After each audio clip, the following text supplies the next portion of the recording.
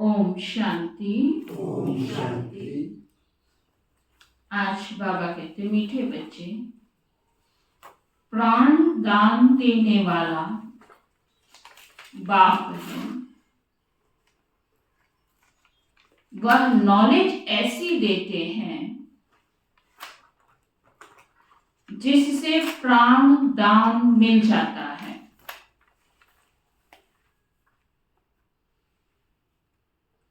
ऐसे प्राण दान देने वाले बाप को प्यार से याद करो।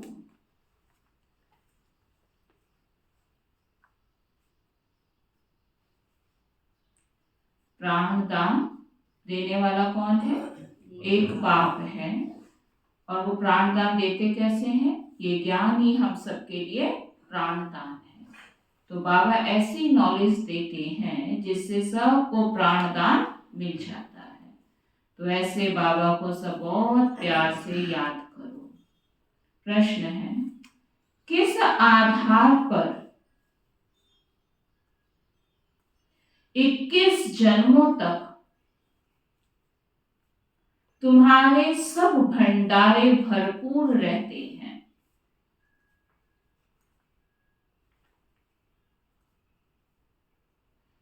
किस आधार पर 21 जन्म तक बाबा कहते तुम्हारे सब भंडारे भरपूर रहते हैं? बाबा कहते संगम युग पर तुम बच्चों को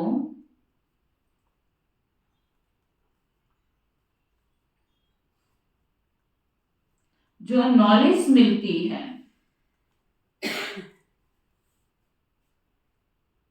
यह सोर्स ऑफ इनकम है।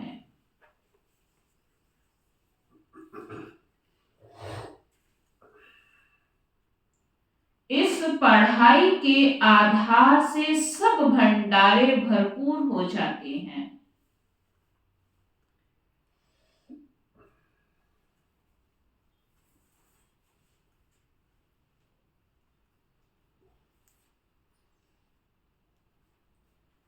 इस पढ़ाई से 21 जन्मों की खुशी मिल जाती है।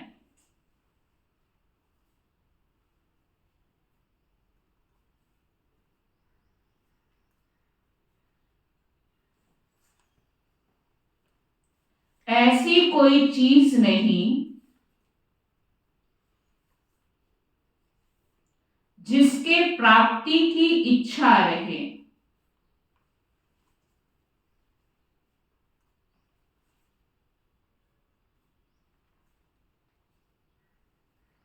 बाबा नॉलेज का दान ऐसा देते हैं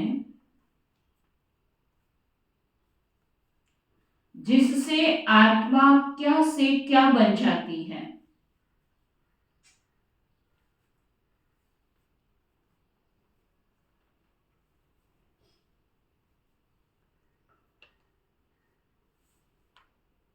ओम शांति। ओम शांति। भगवानुवाच, शालिग्राम समझते हैं शिव बाबा हमको पढ़ाने आते हैं। बच्चे जानते हैं वही सृष्टि के आदि मध्य अंत को जानते हैं। बच्चों को अब कोई नई बात नहीं लगती, समझ में आ गया है।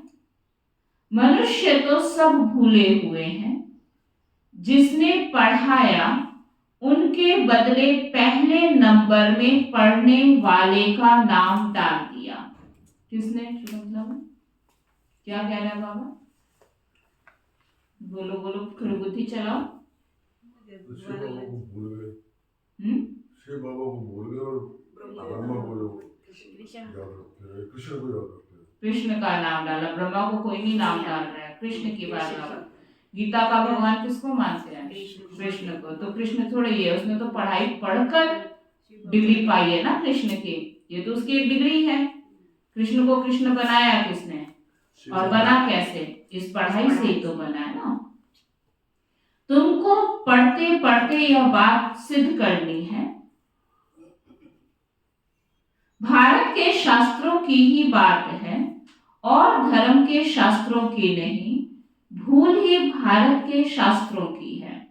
तुम्हारे सिवाय यह बात और कोई सिद्ध नहीं कर सकता। बच्चे जानते हैं यह ड्रामा अनादि है, अनादि अविनाशी ड्रामा है ना, फिर भी रिपीट होगा। तुम मनुष्य मात्र को सुधारने का पुरुषार्थ करते हो। मनुष्य जब सुधरते हैं तो दुनिया ही सुधर जाती है।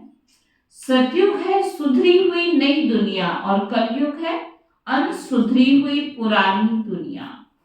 यह भी तुम बच्चे अच्छी रीति समझते हो और धारण कर समझाने लायक भी बनते हो।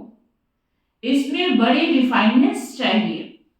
ऐसे नहीं कि कच्चा पक्का, खुद के मन में डाउट है, ज्ञान स्पष्ट नहीं है तो आप नहीं समझा सकते हो। तब बाबा ने क्या कहा, इसमें बहुत समझदार बाबा के बच्चे चाहिए, बुद्धि में ज्ञान बिल्कुल क्लियर हो। तो बाबा कहते तब तुम दूसरों को समझा सकते हो। बाबा तुमको कितना रिफाइन कर समझाते हैं, सुधारते हैं। बाप कहते जब तुम सुधर जाते हो फिर मुझे सुधारने की जरूरत नहीं रहती। तो इसका मतलब अभी सुधरे नहीं है ना, अभी सुधर रहे हैं। जब सुधर जाओगे तो बाबा की शिक्षा भी आपको नहीं मिलेगी, सुधारने की जरूरत नहीं रहती। तुम आर्य बन पड़े थे, अब आर्य अर्थात देवी देवता बनना है, सो तो सतयुग में ही होंगे। वह सब सुधरे हुए थे, अब अनसुधरेले उनकी पूजा करते हैं। यह किसकी बुद्धि में नहीं आता कि हम उनको क्यों सुधरेले कहते हैं। किनको? देवी देवताओं। क्यों कहते हैं, यह बुद्धि में नहीं आता है। सब मनुष्य, चाहे वो है चाहे हम है सब मनुष्य जो सुधरेले आर्य थे वही अब अनसुधरेले बने हैं। माना वही आत्माएं हैं जो पहले सुधरेले माना अच्छे थे और अब अनसुधरेले बन गए। आर्य और अनार्य, बाकी वह जो आर्य समाज है वह मठ पंथ है। यह सब झाड़ से क्लियर समझ सकते हैं। यह है मनुष्य सृष्टि का झाड़। इसकी आयु 5000 वर्ष है। इसका नाम कल्प वृक्ष है, परंतु कल्प वृक्ष अक्षर से मनुष्यों की बुद्धि में झाड़ आता नहीं।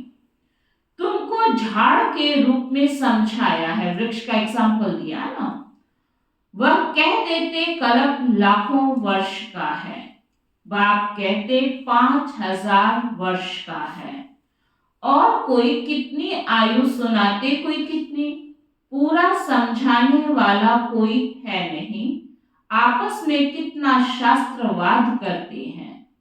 तुम्हारी तो यह रूरिहान है, तुम सेमिनार करते हो, इसको रूरिहान कहा जाता है। कोई बहसबाजी नहीं है, लेकिन आपस में रूरिहान करते हैं। प्रश्न उत्तर समझने के लिए भी करते हैं। बाबा कहते हैं, बाबा जो कुछ तुमको सुनाते हैं उससे ही टॉपिक निकाल तुम सुनाते हो। वो लोग क्या सुनाते हैं तुम भी जाकर सुनो। दुनिया की बात बाबा कह रहे हैं कि भक्ति में क्या सुनाते हैं जाकर सुनो, फिर विचार सागर मंथन करो, जिससे उनको अच्छी तरह से आप स्पष्ट करके ज्ञान सुना सकेंगे। फिर आकर सुनाना चाहिए कि इस प्रकार का वाद विवाद चलता है। पहले तो यह समझाना है कि गीता का भगवान कौन।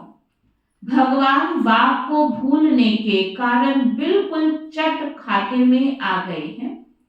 तुम बच्चों का तो बाप से लव है, तुम बाप को याद करते हो, बस बाबा ही प्राण दान देने वाला है।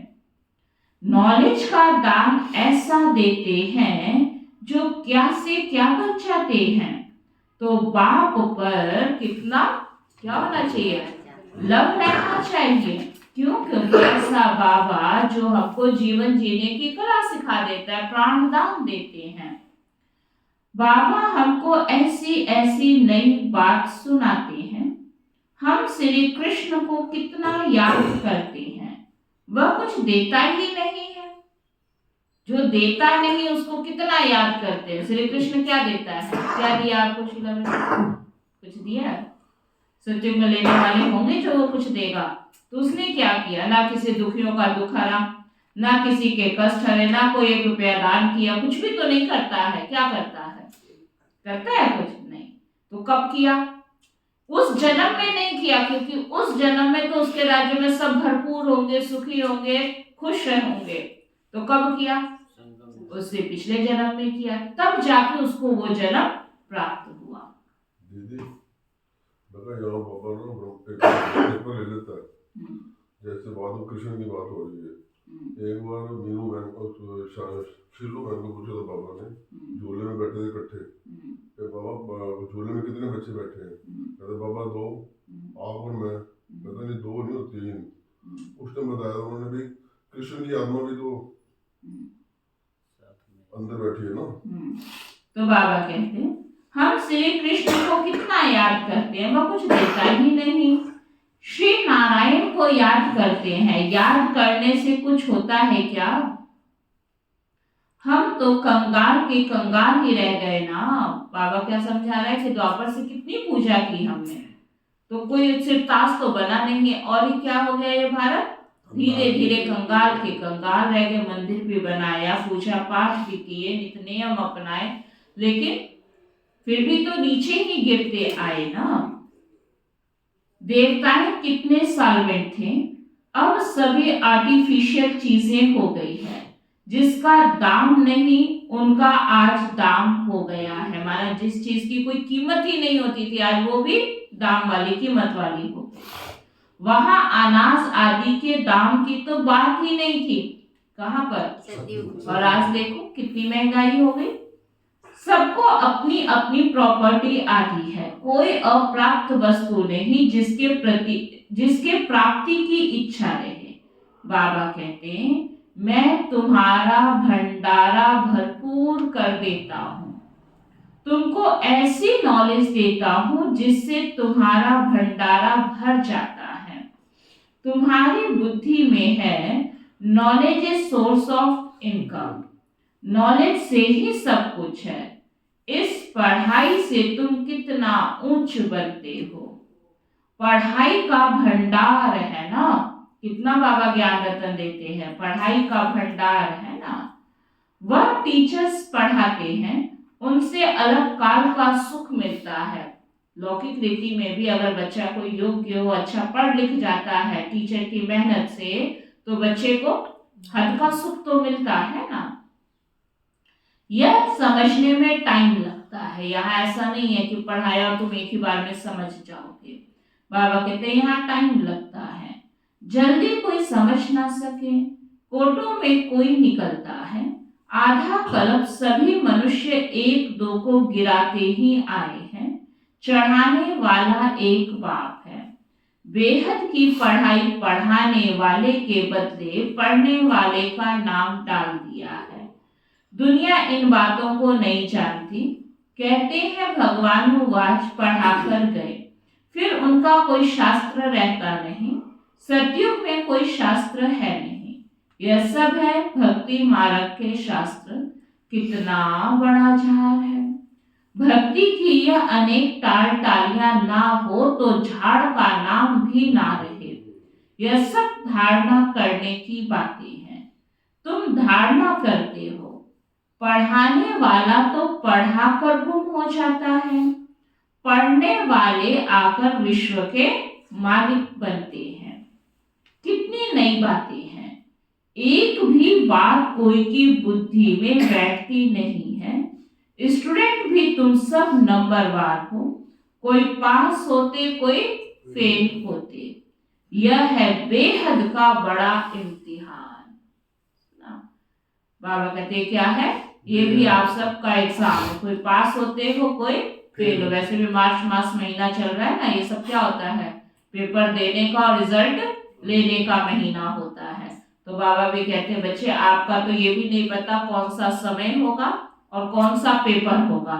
दुनिया में तो स्कूलों में क्या होता है, जो पेपर होता है वो सिलेबस के अंदर ही आता है, सिलेबस से बाहर नहीं होता है, और टाइम भी फिक्स किया जाता है, डेट फिक्स किया जाता है, मंथ फिक्स किया जाता है। लेकिन यहाँ ना टाइम फिक्स होगा, ना डेट फिक्स होगा, ना सिलेबस फिक्स होगा, कुछ भी फिक्स नहीं होगा। कभी भी पेपर आएगा, पास हुए या फेल हुए 1 सेकंड का हिसाब किताब होगा। और दुनिया में सब कुछ टीचर कितना उससे आगे नहीं पीछे नहीं, सब कुछ बता के फिर पेपर लेता है। सुना? तो कितना टेंशन लेना चाहिए। वो बच्चे तो रात दिन मेहनत करके तैयारी करते हैं, तब पास होते हैं। तब बाबा कहते हैं बच्चे यहाँ भी कोई पास होते हैं और कोई फेल होते हैं। यह है बेहद का बड़ा इम्तिहान। तुम जानते हो, हम अभी अच्छी तरह पढ़ेंगे तो कल्प कल्पांतर अच्छा पढ़ेंगे। माना ये कल्प में हार गए तो हर कल्प भी ऐसा ही चार्ट रहेगा। इस कल्प में कुछ नहीं सीखा, नहीं ज्ञान योग किया, नहीं ऊंचा पुरुषार्थ किया, तो कल्प की बाजी हार गए। नंबरवार सब जाएंगे, सारा क्लास ट्रांसफर होता है। नंबरवार जाकर बैठते हैं, यह ज्ञान भी आत्मा में है, अच्छा व बुरा संस्कार आत्मा में है। शरीर तो मिट्टी है, आत्मा निर्लेप हो नहीं सकती। 100% सतो प्रधान और 100% तमो प्रधान कौन है, यह भी तुम समझते हो। पहले तो गरीबों को उठाना पड़े, वह पहले आएंगे। गुरुओं के भी अच्छे अच्छे अनन्य शिष्य जब आएंगे, तब उनकी सब बुद्धि जो है खुलेगी, है ना। बाबा का ज्ञान जो है वो किसी को भी समझ आ सकता है, तो दुनिया में बहुत है। अभी थोड़े दिन पहले मैं कहीं पढ़ रही थी जैन साधवी का अनुभव कि कैसे उसको बाबा का ज्ञान मिला, पूरा जीवन कुर्बान किया। जो उसकी दीक्षा और ये सब लेते, वो सब लेने के बावजूद उसको जो मन की संतुष्टि थी वो नहीं थी। और कैसे उसको बाबा का परिचय मिला और वो सब कुछ छोड़कर कहा पुलिस तक केस बना, क्योंकि ऐसे होता है ना जो जीवन समर्पित कर दे और वहां से उठा के वापस आना, तुमको भड़का दिया या क्या हुआ क्या नहीं। फिर पूरा उसमें तो बड़ा लंबा चौड़ा था, लेकिन बीच कहाँ का था, बाबा के घर का। तो कहां से वापस कहां आ गए। सब बाबा कहते बुद्धि खुलेगी, लेकिन तुम अपने शुभ भावनाओं का बीज डालते जाओ। बीज ही घटिया क्वालिटी का होगा तो फसल कहां से अच्छी होगी, है कि नॉलेज की नहीं। क्वालिटी वाला बीज होगा। क्वालिटी वाला कैसे, पहले ही अगर आपके मन में किसी आत्मा के प्रति नेगेटिव, ये फलाने धर्म का, ये सुनने वाला नहीं, ये मानने वाला नहीं, ये सब क्या है, ये सब क्या है, बीज तो डालोगे उसको, फिर भी बाबा ने कहा था ज्ञान सुना देते हैं, तो ये क्या है, घटिया क्वालिटी का, हल्की क्वालिटी का बीज है। तो फसल कैसे निकलेगी, बस वो कह देंगे हाँ तुम्हारा ज्ञान बहुत अच्छा है, इतने में खुश हो जाओगे। लेकिन अगर शुभ भावनाओं का, श्रेष्ठ भावनाओं का बीज होगा ना, तो फसल भी कैसे निकल के आएगी। और बाबा का बच्चा कभी ना कभी बनेगा, जब भी बनेगा, लेकिन कैसा बनेगा, पक्का वाला बाबा का बच्चा बनेगा। इसलिए बाबा कहते हैं बच्चे, गुरुओं के, बाबा कितना ऊंचा एग्जाम्पल है कि कोई गुरुओं को भी मानने वाला हो। हम क्या कह देते हैं, गुरु को मानने वाला। जितना ब्रह्मा बाप गुरुओं को मानने वाला था, ब्रह्मा बाप भी तो सबसे ज्यादा क्या था, गुरुओं का भगत था ना। गुरुओं को मानने वाला जब शिव बाबा को पहचान सकता है, तो वो तो पाई पैसे के गुरुओं को मानने वाले हैं। बाबा तो कट्टर मानने वाला था। तो बाबा कहते हैं देखेंगे, यह तो हमारे ही पत्ते निकलते जाते हैं, यहाँ के जो होंगे वह तो निकल आएंगे। बाप आकर नया झाड़ शुरू करते हैं। जो और धर्मों में जाकर पड़े हैं वह सब लौटेंगे, फिर भी अपने भारत में ही आएंगे। भारतवासी ही थे ना, हमारी डाल के जो है वह सब आ जाएंगे। आगे चलकर तुम सब समझते जाएंगे। अब बाहर से सबको धक्का मिलता जाता है, धक्का मानो कहीं सुख शांति खुशी प्राप्ति नहीं होगी, तो कहाँ आएंगे, सब यही आएंगे। जहां जहां बाहर वाले हैं उनको भगाते रहते हैं, समझते हैं यह बहुत धनवान हो गए हैं, यहाँ वाले गरीब हो गए हैं। पिछाड़ी में सबको अपने अपने धर्म में जाना होता है। आखिर सब अपने अपने घर तरफ भागेंगे। विलायत में कोई मरता है तो उनको भारत में ले आते हैं, क्योंकि भारत है फर्स्ट क्लास पवित्र भूमि। भारत में ही नई दुनिया थी। इस समय इसको वॉइसलेस वर्ड नहीं कह सकते, यह है विशेष वर्ड, इसलिए बुलाते हैं हे पतित पावन आओ, आकर हमको पावन बनाओ। भर दुनिया तो यही है, परंतु इस समय दुनिया में कोई पावन तो है नहीं। पावन आत्माएं मूल वतन में है, वह है ब्रह्म महातत्व। सब पावन बनकर वहां जाएंगे, फिर नंबरवार आएंगे पाठ बजाने। आदि सनातन देवी देवता धर्म का यह फाउंडेशन है। फिर 3 ट्यूब्स निकलती हैं, यह तो देवता धर्म है, यह कोई ट्यूब नहीं है। पहले यह फाउंडेशन, फिर 3 ट्यूब्स निकलती हैं। कौन से? कौन से? और कौन से आते बच्चे? हाँ जी, बोला भाई। दीदी मैं इसमें से कुछ स्टोर कर रहा निकाल रहा था जो आज के पॉइंट थे ना, मेरा ध्यान एक बार बात करो। बाबा कहते हैं देवी देवता धर्म का यह फाउंडेशन है, फिर 3 ट्यूब्स निकलती हैं। यह तो देवता धर्म है, यह कोई ट्यूब नहीं है। कौन से? इस्लामी, बौद्धिक, क्रिश्चियंस। पहले यह फाउंडेशन, फिर 3 ट्यूब्स निकलती हैं, तो मुख्य कितने धर्म हो गए? 4। तभी 4 हुए ना। एक तो हो गया देवता धर्म, बाकी हो गया इस्लामी, बौद्धिक, क्रिश्चियन। हीरे जैसा तुम यहाँ बनते हो, बाप तुमको वहां, बाबा कहते बाप तुमको यहाँ पढ़ाते हैं, तो तुम कितने बड़े हो। देवताओं से भी तुम ब्राह्मण बड़े नॉलेजफुल हो, क्योंकि तुम्हारा टीचर कौन है? चलो सत्युग में पढ़ाई करेंगे तो उनका टीचर कौन होगा? देवताओं का टीचर भी चलो देवता होगा, लेकिन तुम्हारा टीचर कौन है? वंडर है ना। हम जो नॉलेज लेते हैं वह हमारे साथ चलती है, फिर वहां नॉलेज को ही भूल जाते हैं। तुम जानते हो पहले हम क्या पढ़ते थे, अब हम क्या पढ़ते हैं। ICS वाले क्या पढ़ते हैं और बाद में क्या पढ़ते हैं, फर्क तो है ना। आगे चलकर तुम बहुत नई पॉइंट्स सुनेंगे, अभी नहीं बताएंगे। पाठ ही आगे सुनने का है, बुद्धि में रहता है। नॉलेज का पाठ जब पूरा होना होगा, तब हम भी उस समय बाबा के ज्ञान को धारण कर लेंगे। फिर हमारा पाठ स्वर्ग में शुरू हो जाएगा, उनका पाठ पूरा हो जाएगा। बुद्धि में बहुत अच्छी धारणा चाहिए। सिमरन करते रहो, बाप को याद करते रहो। याद नहीं होगी तो पद कम पाएंगे। बाप को याद करते करते शरीर का भान निकल जाएगा। सन्यासी भी इस अवस्था का अभ्यास करते करते शरीर छोड़ देते हैं, परंतु उन्हों का रास्ता अलग है, इसलिए उनको फिर जन्म लेना पड़ता है। फॉलोवर्स समझते हैं कि वह ब्रह्म में लीन हो गया, फिर वापस आ नहीं सकता। बाप समझाते हैं वापस तो कोई भी जा नहीं सकता। आना तो बात की बात है, लेकिन वापस तो घर कोई जा ही नहीं सकता। पिछाड़ी में सब एक्टर्स जब स्टेज पर आएंगे, तब फिर घर जाएंगे। वह है हद का विनाशी नाटक, यह है बेहद का अविनाशी नाटक। तुम अच्छी तरह समझा सकते हो, यह ड्रामा जो मिसल चलता है। वह तो फिर छोटे छोटे ड्रामा बनाते हैं, झूठी फिल्म बनाते हैं। उसमें थोड़ी अच्छी बातें होती हैं, जैसे विष्णु अवतरण दिखाते हैं। ऐसे नहीं कि ऊपर से कोई उतर आता है।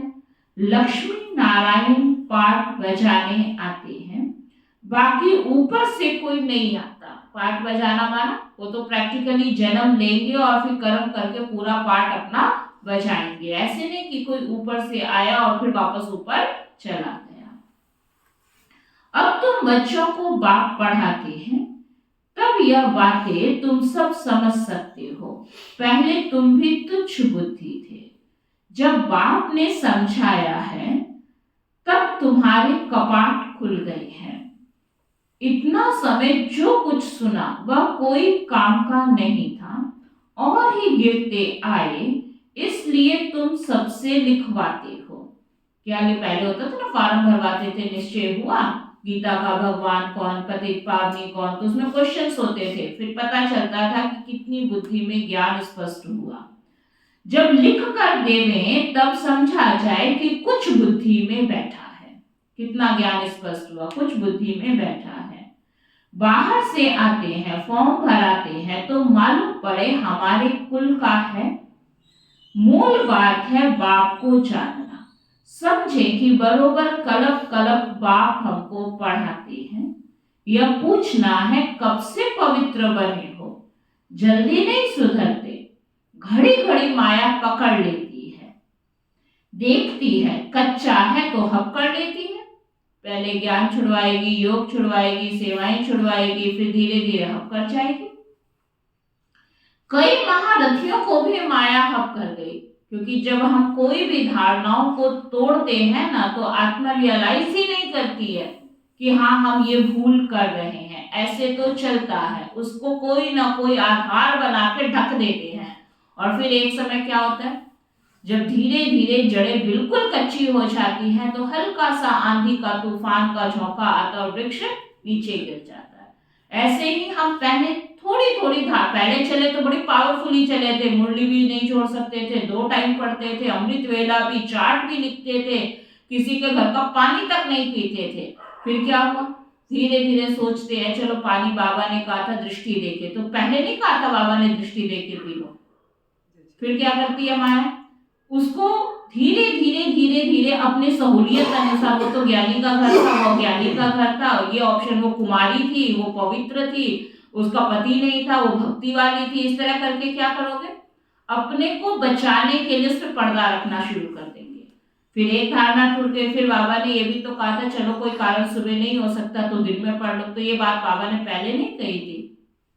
फिर क्या करेंगे, सुबह से शाम 2 टाइम से 1 टाइम, 1 टाइम से ऊपर का मीठे बच्चे, वरदान स्लोगन, और फिर धीरे धीरे बाबा कहते हैं महारथी भी गायब हो जाते हैं। तो बाबा कहते हैं कई महारथियों को भी माया हप कर गई। शास्त्रों में भी मिसाल अभी के हैं, और ये ज्यों-ज्यों ज्ञान की उम्र बढ़ रही है, नशे से कहते तो है कि हम 15 साल हो गए, 20 साल हो गए, 10 साल हो गए, 5 साल हो गए, तो धारणाएं कैसी होनी चाहिए, पहले ज्यादा अच्छी थी कि अब ज्यादा अच्छी है। पहले चलो थोड़ी बहुत मिस्टेक होती थी, तब छोटे लेवल के थे, अगर अब आपको 5 साल हो गए तो पवन भाई क्या होना चाहिए। और अभी तक हम क्या बोल रहे, जब चले थे तब कभी नहीं बोलते थे हम अभी कच्चे हैं। 10 साल हो गए तो अभी क्लास में बात क्या करोगे, बस अभी कच्चे पक्के ही हैं। तो बड़ी क्लास में एग्जाम टफ होता है या छोटी क्लास में होता है, तो फिर हमारी धारणाएं अब ज्यादा मजबूत होनी चाहिए, या अब क्वेश्चन करके आप सबको शोभा देता है कि हम ये कर सकते हैं, हम वहां जा सकते हैं, हम ये खा सकते हैं, हम ये ले सकते हैं, हम वहां बात कर सकते हैं, अब शोभा देगा या शुरुआत में शोभा देता है, ये सब बातें कब देता है, तब तो ये कहा के चल जाता ना, बेचारे अभी भी ज्ञान में चले हैं, अभी 2 ही महीने हुए, 6 महीने हुए, साल हुआ है, कोई बात नहीं, इनको पता नहीं है, इनको समझाना पड़ेगा। इतनी बार तो बाबा से मिल लिए, इतनी बार धारणाओं की मधुबन क्लासें कर ली, सब कुछ होने के बाद दूसरों को जब चलाने की बारी आई तो अभी पूछ रहे हैं ऐसा कर सकते हैं, तो ये कोई अच्छी बात थोड़ी है। तो ये क्या है कि मन मजबूत नहीं है। तो बाबा कहते देखते हैं कि यह अभी कच्चा है तो माया हप कर लेती है। कई महारथियों को भी माया हप कर गई। शास्त्रों में भी मिसाल अभी के हैं, मंदिर में भी घोड़े सवार, महारथी, प्यादे आदि दिखाते हैं। तुम अब अपना यादगार देखते हो, जब तुम बन जाएंगे तो भक्ति उड़ जाएगी। तुम किसको माथा नहीं टेक सकते हो। तुम पूछेंगे यह कहाँ गए, इनकी बायोग्राफी बताओ। बाबा ने तुम बच्चों को नॉलेजफुल बनाया है, तब तुम पूछते हो तो नशा रहना चाहिए। पास विद ऑनर 8 होते हैं, यह बहुत बड़ा इम्तिहान है, इसलिए 8 ही बड़ी मुश्किल पास हो पाएंगे। तो ना 8 बाबा कहते फुल पास हो जाएंगे, क्यों, क्योंकि ये छोटा मोटा एग्जाम नहीं है, बहुत बड़ा इम्तिहान है। अपने को देखना है, हमारी आत्मा पवित्र बनी है। बैटरी भरेगी तब जब योग होगा, बाप से योग होगा तो सतो प्रधान बनेंगे। तमो प्रधान आत्मा वापस नहीं जा सकती है, यह भी ड्रामा है। वहां दुख देने वाली कोई चीज नहीं। गाय भी सुंदर होती है। सुना बाबा का कहने का भाव कि प्रकृति भी सुंदर, प्रकृति से बनी चीजें भी सुंदर, जानवर तक सुंदर है। श्री कृष्ण के साथ गाय कितनी सुंदर दिखाते हैं। बड़े बड़े आदमी का फर्नीचर भी सुंदर। गाय अच्छा दूध देती है, तब तो दूध की नदियां बहती हैं। अब यहाँ नहीं है। अभी तुम नॉलेजफुल बन गए हो।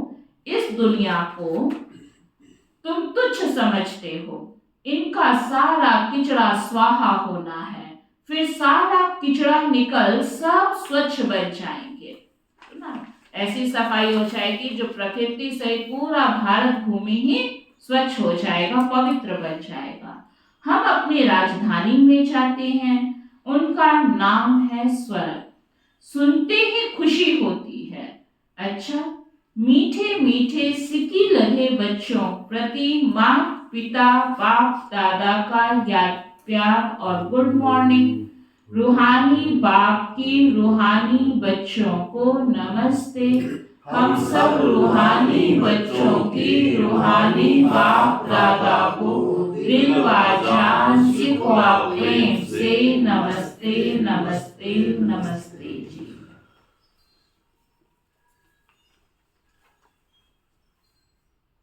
धारणा के लिए सार। इस अनसुधरी पुरानी दुनिया को सुधारने के लिए स्वयं को सुधारना है।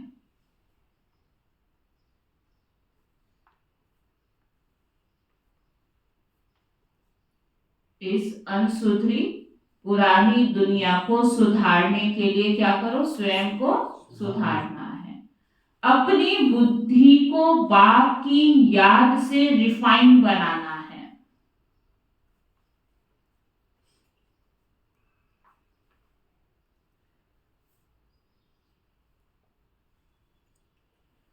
आपस में रूढ़िहान करनी है।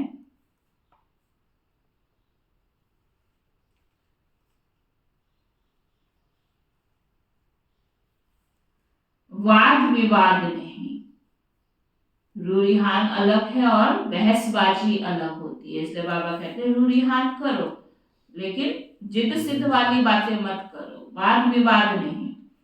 नॉलेज का दान दे, सर्व का भंडारा भरपूर करना है।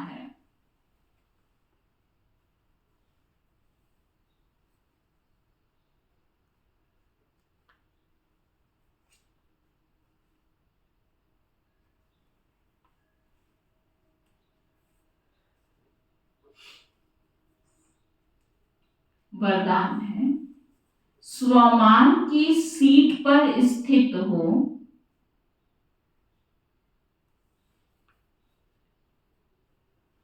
शक्तियों को ऑर्डर प्रमाण चलाने वाले,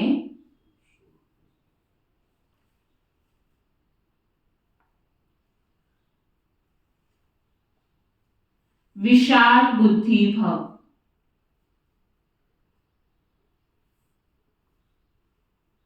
स्वमान की सीट पर स्थित हो। बाबा रोज हम बच्चों को कितने ऊंचे ऊंचे टाइटल देते हैं। अगर वो बात बुद्धि में रहे तो हम कोई भी ऐसा वैसा कर्म नहीं कर सकते। इसलिए बाबा कहते हैं अपने स्वमान की सीट पर अगर आप स्थित हो, शक्तियों को ऑर्डर देंगे, तो बाबा कहते हैं ऑर्डर प्रमाण आपकी शक्तियां कार्य करेंगी।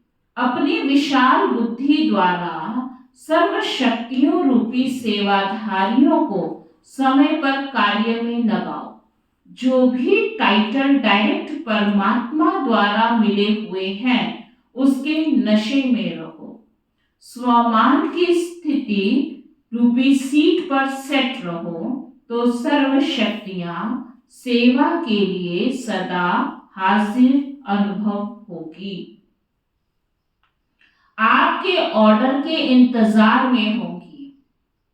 तो वरदान और वर्षे को कार्य में लगाओ। मालिक बन, योग युक्त बन, युक्ति युक्त सेवा सेवाधारियों से लो, तो सदा राजी रहेंगे। बार बार अर्जी नहीं डालेंगे। स्लोगन है, कोई भी कार्य शुरू करने के पहले विशेष यह स्मृति इमर्स करो। जब कोई भी कार्य शुरू करते हैं तो उस कार्य को शुरू करने के पहले विशेष क्या करो, कौन सी स्मृति इमर्स करो कि सफलता मुझ श्रेष्ठ ब्राह्मण आत्मा का जन्म सिद्ध अधिकार है। बाबा कहते कोई भी कार्य जब शुरू करो तो क्या स्मृति रखना कि सफलता मुझ श्रेष्ठ ब्राह्मण आत्मा का जन्म सिद्ध अधिकार है।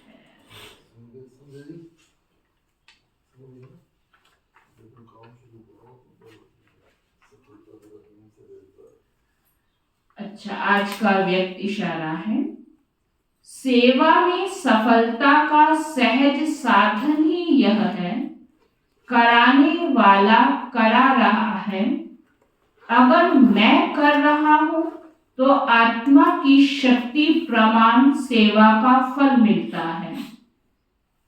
बाप करा रहा है तो बाप सर्वशक्तिवान है, कर्म का फल भी इतना ही श्रेष्ठ मिलता है। तो सदा बाप द्वारा प्राप्त हुई बेफिक्र बादशाही व हथेली पर स्वर्ग के राज्य भाग्य की गॉडली गिफ्ट स्मृति में रखो। क्या समझता है? मतलब बाबा क्या कहना चाहते हैं कि कभी बुद्धि में ये ना हो कि मैं कर रहा हूं। जब मैं कर रहा हूं तो ये स्मृति रहेगी तो उससे क्या घाटा होगा कि कभी तो आप उस कार्य को करने की हिम्मत रखेंगे, कभी नहीं भी रखेंगे, कभी कोई आपके बीच में अड़चन भी आ सकती है। लेकिन जब बाबा करा रहा है तो बाबा क्या है, सर्वशक्तिवान है, उसके पास सर्व शक्तियां हैं, तो कभी भी असफल होने का तो कोई बीच में मार्जिन ही नहीं रह सकता। आप कमजोर हो सकते हैं, आपको वो कार्य नहीं भी आता होगा, लेकिन ना तो बाबा कमजोर है, ना बाबा को कोई ऐसा कार्य जो आता नहीं है।